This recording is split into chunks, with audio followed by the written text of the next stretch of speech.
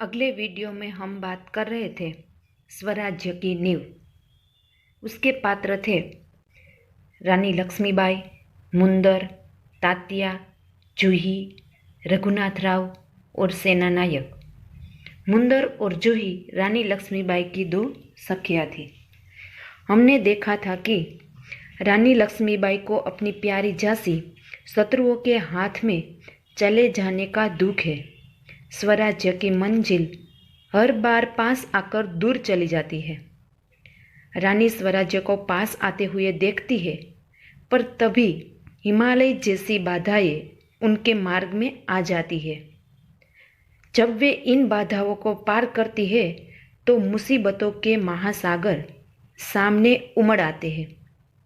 जब वे उन्हें पार करना चाहती है तो देखते हैं कि नाविक सो रहे हैं, लेकिन राव साहब है कि रक्तमंडल की छाया में ऐसो आराम में मशगूल है। जूही कुछ कहने के लिए मुंह खोलती है कि महारानी लक्ष्मीबाई फिर से बोल उठती है कि मैंने प्रतिज्ञा की थी कि मैं अपनी झांसी नहीं दूंगी, लेकिन झांसी हाथ से निकल गई। अपनी झांसी मैं अकेली ही लूंगी, लेकिन उससे क्या, मैं अकेली ही झांसी लेकर रहूंगी। तभी जूही कहती है लक्ष्मीबाई से, कौन कहता है कि आप अकेली है महारानी? आप तो गीता का पाठ करती है, गीता पढ़ती है, फिर आपको निराशा कैसी है? तभी लक्ष्मीबाई कहती है, मैं निराश नहीं हूँ, मैं जानती हूँ कि झांसी लेकर रहूंगी, लेकिन क्या तुम नहीं जानती कि उस दिन बाबा गंगदास ने मुझसे क्या कहा था कि जब तक हमारे समाज में ऊंच नीच का भेदभाव नहीं मिट जाता, जब तक हम इस आराम को छोड़कर जनसेवक में नहीं लग जाते, तब तक स्वराज्य नहीं मिल सकता। वह मिल सकता है केवल सेवा, तपस्या और बलिदान से। तभी जूही लक्ष्मीबाई से कहती है, लेकिन महारानी, उन्होंने यह भी तो कहा था कि स्वराज्य प्राप्ति से बढ़कर है। स्वराज्य की स्थापना के लिए हमें युद्ध भूमि को तैयार करना पड़ेगा, लेकिन नींव के पत्थर बनने से हमें कोई रोक नहीं सकता, वह हमारा अधिकार है। तभी लक्ष्मीबाई कहती है, शाबाश, तुम लोगों से मुझे यही आशा है। जिस स्वराज्य की नींव तुम जैसी नारियां बनने जा रही है, वह निश्चय ही महान होगी। लेकिन मुझे इस बात का दुख अवश्य है कि हमारे पास शक्ति है, फिर भी हम दुर्बल है। हमारे पास तात्या जैसे सेनापति है, फिर भी हमारी सेना में अनुशासन नहीं है। हमारे पास ग्वालियर का किला तो है, फिर भी हम कुछ नहीं कर पा रहे हैं। तभी जूही लक्ष्मीबाई से कहती है, जानती हूँ महारानी, हम ऐसो आराम में डूब गए हैं। तभी मुंदर कहती है, कौन कहता है कि हम ऐसो आराम में डूब गए हैं, विलासिता में डूब गए हैं? राव साहब बांद्रा के नवाब और तात्या सेनापति। तभी जूही अचानक मुंदर से कहती है कि ओह, मैं समझ गई, तुम तो उनका ही पक्ष लोगी। तभी जूही कहती है, मैं उसका पक्ष नहीं ले रही हूँ, लेकिन यही सत्य है, उसको छिपाया नहीं जा सकता। सरदार तात्या राव साहब को अपने अपने तन मन का स्वामी मानते हो।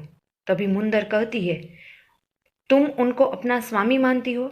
जूही कहती है, हाँ, मैं उनको अपना स्वामी मानती हूँ और मानती ही रहूंगी, लेकिन उनसे भी अधिक मैं महारानी लक्ष्मीबाई को अपना स्वामी मानती हूँ, और महारानी से बढ़कर मैं अपने देश को अपना स्वामी मानती हूँ, और देश के लिए मैं सरदार को भी ठुकरा सकती हूँ।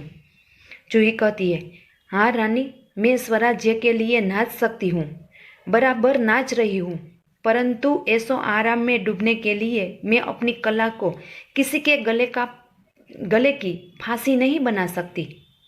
जो मुझको ऐसा करने के लिए कहते हैं, उनको मैं ठोकर भी मार सकती हूँ। तभी लक्ष्मीबाई उसे कहती है कि ठोकर ही तो नहीं मार सकती जूही, यही दर्द हमें कष्ट दे रहा है। अगर ठोकर मारकर हम उनके नशा को दूर कर सकते हैं तो बात ही कुछ और थी। तभी ही जूही कहती है, मैं औरों की बात नहीं जानती, मुझे आज्ञा दीजिए, मैं ठोकर मारने के लिए तैयार हूँ। तभी लक्ष्मीबाई कहती है, हम उनकी नींद हराम कर सकते हैं। अब तो तुम नहीं कर सकती, अब तो दुश्मन ही उनकी नींद हराम कर देंगे। तभी लक्ष्मीबाई कहती है, हाँ जूही, दोस्त को ठोकर मारकर, क्या तुम नहीं जानती कि हम एक दूसरे को किस दृष्टि से देखते हैं? क्या ऐसी स्थिति में मेरे कुछ कहने से शंकाएं और भी गहरी हो जाएंगी? हमने यहाँ तक देखा था, अब हम देखेंगे आगे। तभी मुंदर कहती है लक्ष्मीबाई से कि लक्ष्मीबाई ठीक ही कहती है, शंकाएं अविश्वास तो पैदा करेंगी। उस अविश्वास से उत्पन्न निराशा को दूर करने के लिए पायल की झनकार और उनकी झनक उठेंगी। श्रीखंड और लड्डुओं पर जान देने वाले ब्राह्मणों के आशीर्वाद का स्वर और भी ऊंचा हो जाएगा। तभी लक्ष्मीबाई कहती है, और जूही, तू अगर तात्या को खोज सके तो तुरंत उन्हें खोजना, यानी कि ढूंढना, तो तुरंत उन्हें यहाँ ले आओ।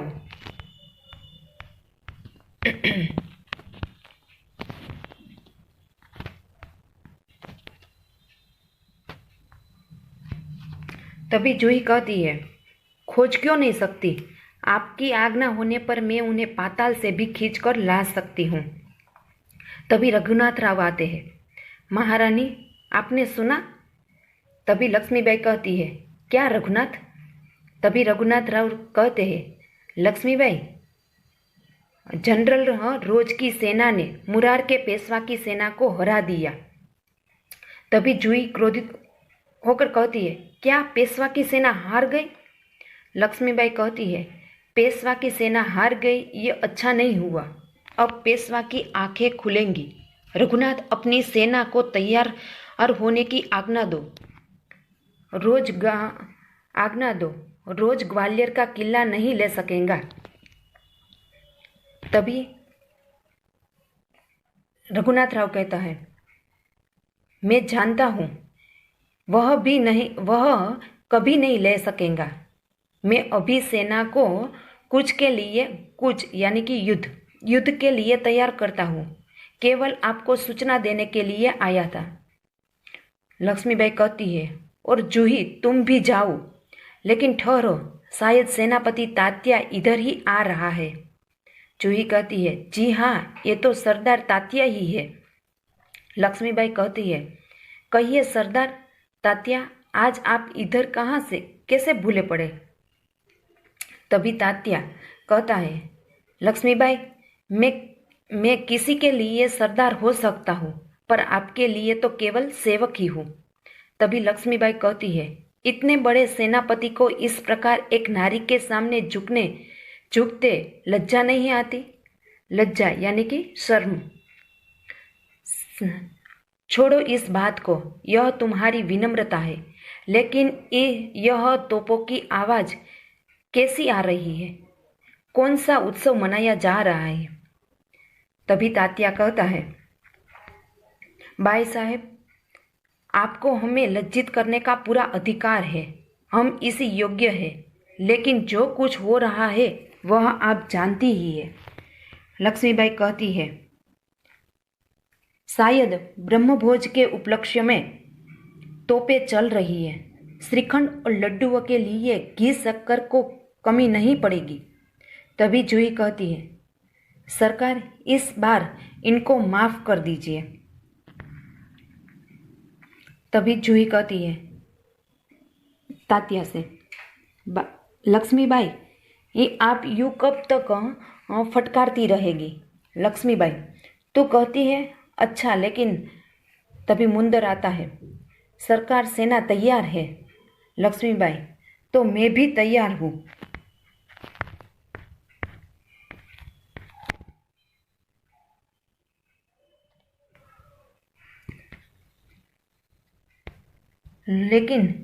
मैं भी तैयार हूँ। तात्या, तुमसे मुझे बहुत आशाएं थी, तुम्हारे रहते ये सब क्या हो गया? तभी जूही कहती है, सरकार, ये स्वाभिमानी भक्त है। लक्ष्मीबाई, लेकिन आज हमें देशभक्तों की आवश्यकता है। अब भी कुछ नहीं बिगड़ा, अब भी बहुत कुछ किया जा सकता है। तभी तात्या कहता है कि इसलिए तो मैं आया हूँ लक्ष्मीबाई, आप जो कहेंगी मैं वही करूँगा, जो योजनाएं बनाएंगी उसी पर चलूँगा।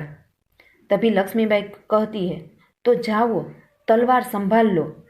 नूपुरों की झंकार से, नूपुर यानी कि पायल, पायलों की झंकार से स्थानों पर तोपों का गर्जना होने दो। भूल जाओ राग रंग, राग रंग यानी कि गाना बजाना, भूल जाओ वो गाना बजाना। याद रखो हमें स्वराज्य लेना है, हमें रणभूमि में मौत से जूझना है। तभी तात्या रानी लक्ष्मीबाई से कहता है कि आपकी जय हो, मैं युद्ध के लिए तैयार होकर आता हूँ। तभी लक्ष्मीबाई कहती है, मैं जानती हूँ, लेकिन सेनापति इस बार यह याद रखना कि यदि दुर्भाग्य से विजय न मिल सके तो तुम्हें सेना और सामग्री दोनों को दुश्मनों के घेरे से निकाल कर ले जाना है। तभी तात्या कहता है, महारानी आपकी जय हो। तात्या तभी कहता है, ऐसा ही होगा। लक्ष्मीबाई, तात्या मेरा मन कहता है कि यह मेरे जीवन का अंतिम युद्ध है। जीत हो या हार मुझे किसी बात की चिंता नहीं, चिंता केवल इस बात की है कि हमारी वीरता कलंकित न होने पाए। कलंकित यानी कि बदनामी। तात्या, रानी लक्ष्मीबाई, वीरता आपको पाकर धन्य है। आपके रहते कलंक हमारी छाया को, बदनामी की छाया को भी हम नहीं छू सकेंगे। आज्ञा दीजिए हमें।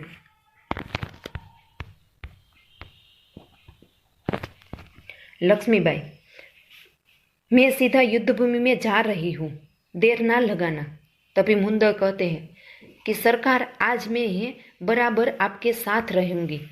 तभी जोई कहती है, और मैं तोपखाना संभालूंगी। लक्ष्मीबाई, हर हर महादेव के नाद के साथ और हम सब मिलकर या तो स्वराज्य प्राप्त करेंगे, प्राप्त करके रहेंगे, या स्वराज्य की नींव का पत्थर बनेंगे। तभी लक्ष्मीबाई, जूही, मुंदर आदि स्वराज्य की नींव के पत्थर ही बनना चाहती थी। इस चैप्टर की PDF मैं आपको भेज दूंगी, जो आपको फेयर बुक में लिखनी है। Thank you.